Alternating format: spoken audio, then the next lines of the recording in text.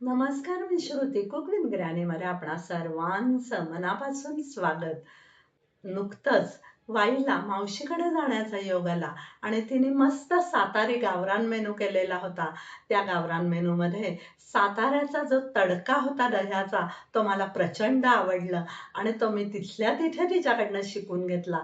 तर तो मी तुम्हाला सुद्धा दाखवावा अशी माझी इच्छा आहे आणि म्हणून मी आज तो सातारी दह्याचा तडका करणार आहे. तर तो कसा करतात ते आपण पाहूया.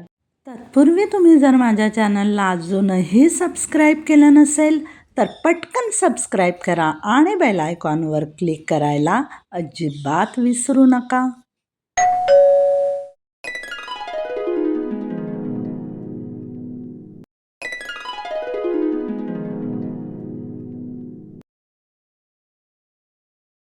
सुगंधी दही तडका करण्यासाठी लागणारे साहित्य असे: अर्धा कप दही, एक छोटा कांदा, एक हिरवी मिरची, अर्धा टेबलस्पून गूळ, 5 ते 7 लसूण पाकळ्या, 1 टेबलस्पून कोथिंबीर, चवीनुसार मीठ. त्यावरचा तडका करण्यासाठी लागणारं साहित्य असं: मोहरी आणि जिरं अर्धा टेबलस्पून, 1 पिंच हिंग, 1 टेबलस्पून रिफाईंड तेल, 1 लाल मिरचीचं बोंड आणि 5 ते 7 कढीपत्त्याची पाने. दह्याचा तडका करण्यासाठी आपण इथे एक अर्धा कप घट्ट दही घेऊयात. दही घट्ट यासाठी घ्यायचं की त्यामुळे तडका पातळ होत नाही. इथे आपण साईचं घट्ट दही घेत आहोत. दही छान फेटून घेऊयात. त्यातले जे छोटे छोटे लम्प्स आहेत ते आपण रिमूव्ह करून घेऊयात, म्हणजे त्याला सॉफ्टनेस येतो. दही फेटत असताना आपल्याला पाणी अजिबात घालायचं नाही. बाऊल गोल गोल फिरवायचा म्हणजे त्याला छान गती येते. हा तडका मी फक्त 3 माणसांसाठी करत आहे, पण तुमच्याकडे जेवढी माणसं असतील त्या पटीत तुम्ही हे दही वाढवू शकता. तुम्ही पाहू शकता दही छान फेटून झालेलं आहे. आता चमच्याने आपण ते फक्त सारखं करायचं आहे. त्यातले सगळे लम्स निघून गेलेले आहेत. छान फ्लपी फ्लपी दिसते. तुम्ही कन्सिस्टन्सीसुद्धा पाहू शकता. व्यवस्थित कन्सिस्टन्सी याची झालेली आहे. हे दही आता आपण थोडा वेळ बाजूला ठेवूयात आणि त्यात घालायचे इन्ग्रेडियंट्स तयार करून घेऊयात. इथे आपण लसणाच्या 6 ते 7 पाकळ्या त्यासाठी घेतलेल्या आहेत. त्या सोलून आपण क्रश करून घेतलेल्या आहेत. लसूण नेहमी जाडसर क्रश करायचा. का तर कारण त्याला लसणाचा जो गावरान ठसका असतो तो ठसका तडक्याला आपल्या आला पाहिजे. इथे आपण एक कांदा सालं काढून आणि स्वच्छ धुवून घेतलेला आहे. त्यातला आपण फक्त अर्धाच कांदा वापरणार आहोत. चला तर मग तो चिरून घेऊयात. अगदी बारीक चिरायचा आहे.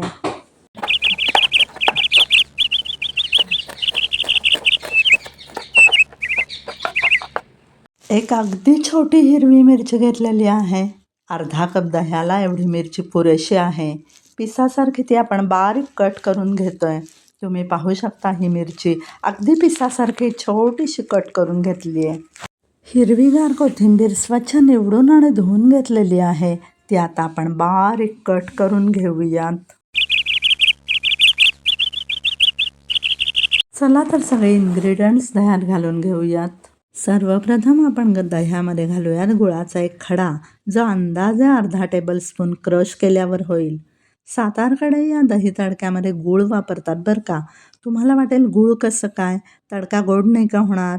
पण कांदा, लसूण, मिरचीचा तिखटपणा, मिठाचा खारेपणा आणि दह्याचा आंबटपणा यांमुळे गुळाचा हा गोडवा तडक्यामध्ये एकत्र कुटुंबासारखा मिसळतो आणि तडका संतुलित होतो.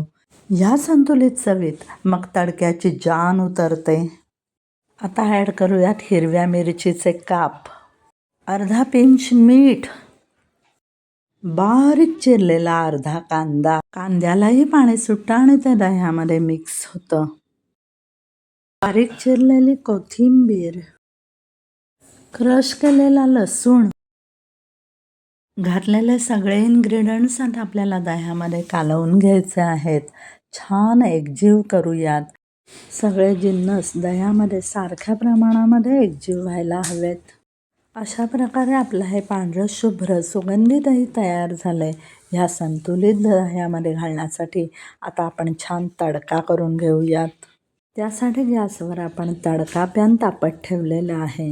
गॅस लो फ्लेमवर आहे. तापलेल्या पॅनमध्ये घालूयात अंदाजे 1 टेबलस्पून रिफाईंड तेल.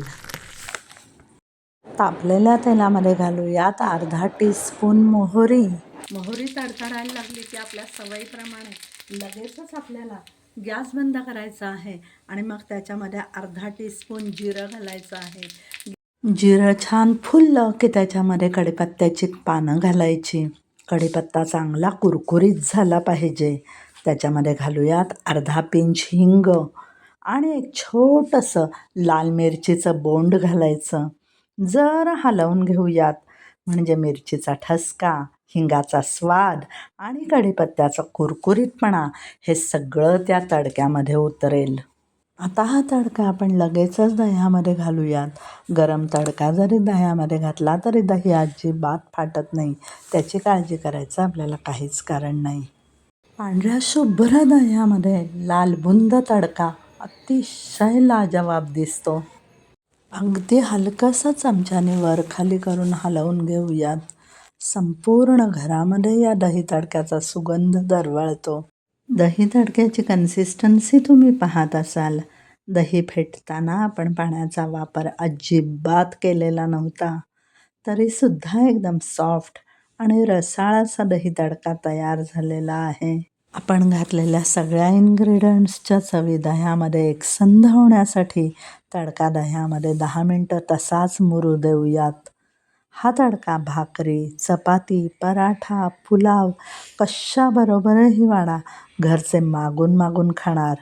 अस्सल स्वादाचा असा हा सुगंधी दही तडका जर तुम्हाला आवडला असेल तर माझ्या चॅनलला लाईक करा, सबस्क्राईब करा आणि बेल आयकॉनवर क्लिक करायला अजिबात विसरू नका. Thank you so much.